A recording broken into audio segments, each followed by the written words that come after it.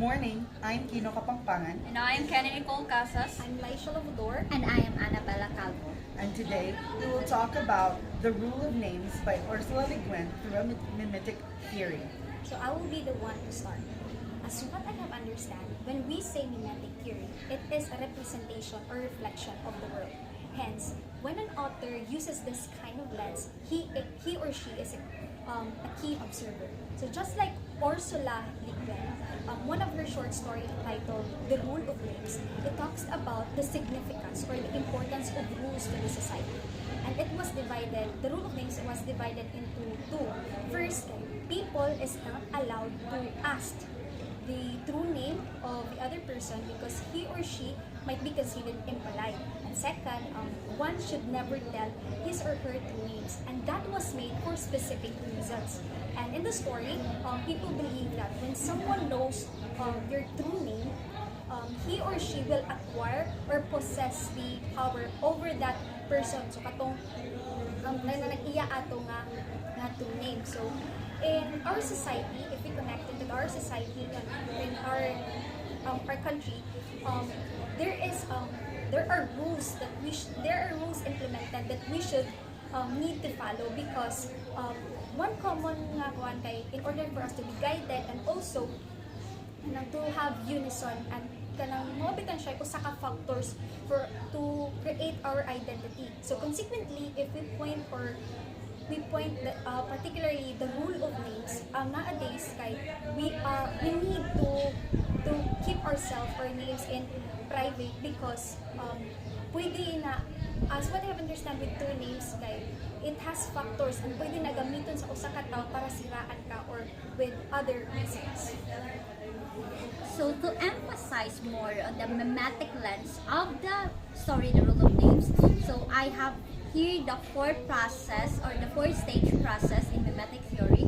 These are the human disorder, or the mimetic disorder, the conflict, scapegoating, and the cover-up or the resolution. So in the story, Mr. Underhill was the main character and also the villain. So at first, I also thought that he is the hero since he cured some small disease like warts. So and then the Blackbeard came, so he was identified by the people in the village as the Blackbeard since he has a black beard and that he is the one with the oaken walking stick and also identified as the wizard.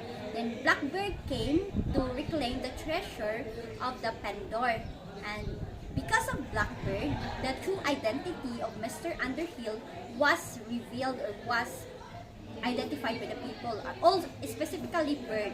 Then in the story, so specifically there are different rules, and the real name is connected with our real identity. So in mimetic theory, as what have Laisha discussed, it is a representation or a reflection of the world.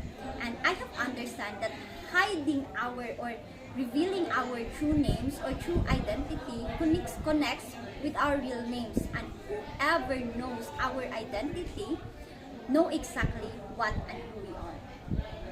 So at exactly 4:08 early in the morning, and it's still dawn actually, I asked myself, like, it's an intertext actually of the context that I've read like lately, the rule of names. Like, why I asked myself, why do artists use screen names? And I said to myself, like, I observed, like, I came up with this analysis that yes, they use screen names in a way that they want to protect their personal lives. They want to protect for who they are as a person. They want to isolate the professional professional life and the personal life. So their professional life leads them. They're in their career, but at the same time, they don't want to cross the professional life in their personal life because in the same way it would affect for who they are as a person or as an individual. And that is something that makes sense why they created the screen names, because names define us for who we are as a person. It gives us notion, it gives us branches for who we are. Like for instance, Shakespeare will never be Shakespeare, and because of that branches that he is a good author, this a name became really iconic for all of us as an English major, and not just an English major, but all of us here in this world. And that is something that I really appreciate why names are created. How is it important?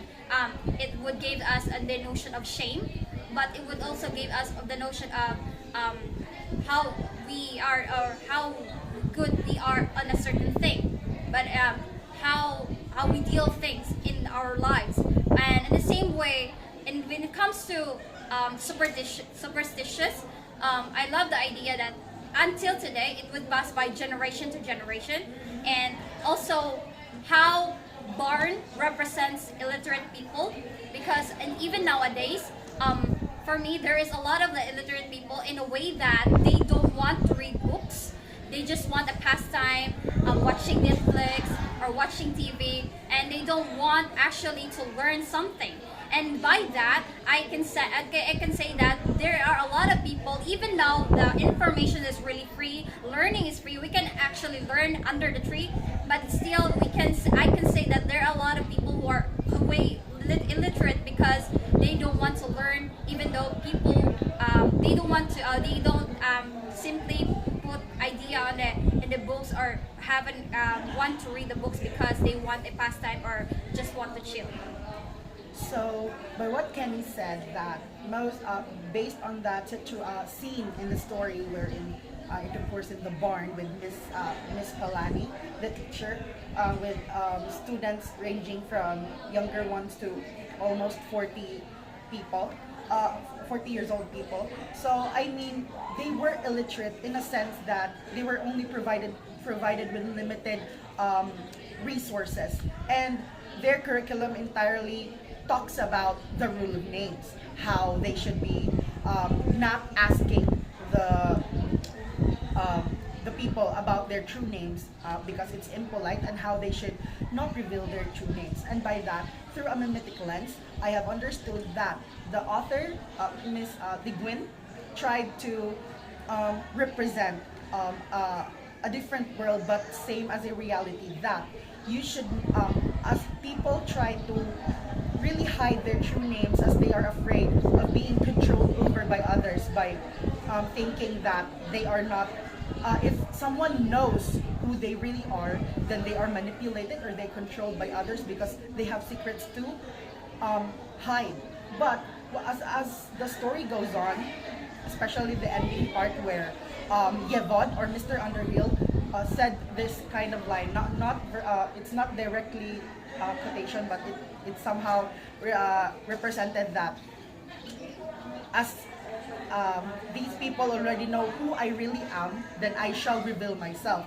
That is because I reflected with that when you know that your secrets are not hidden anymore, you are revealed, or simply you are naked to the eyes of the people, then you have nothing to hide anymore, then you can be yourself. And that is one of the many points that we should consider in the story, that we should not hide anything from anyone.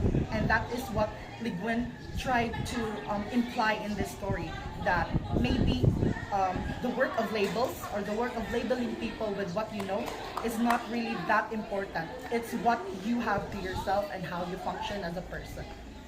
So to simply short my thoughts, so our real names is our representation of the world. So whoever knows exactly what we are, or our identity, even our secrets, then it is our time to reveal our true self.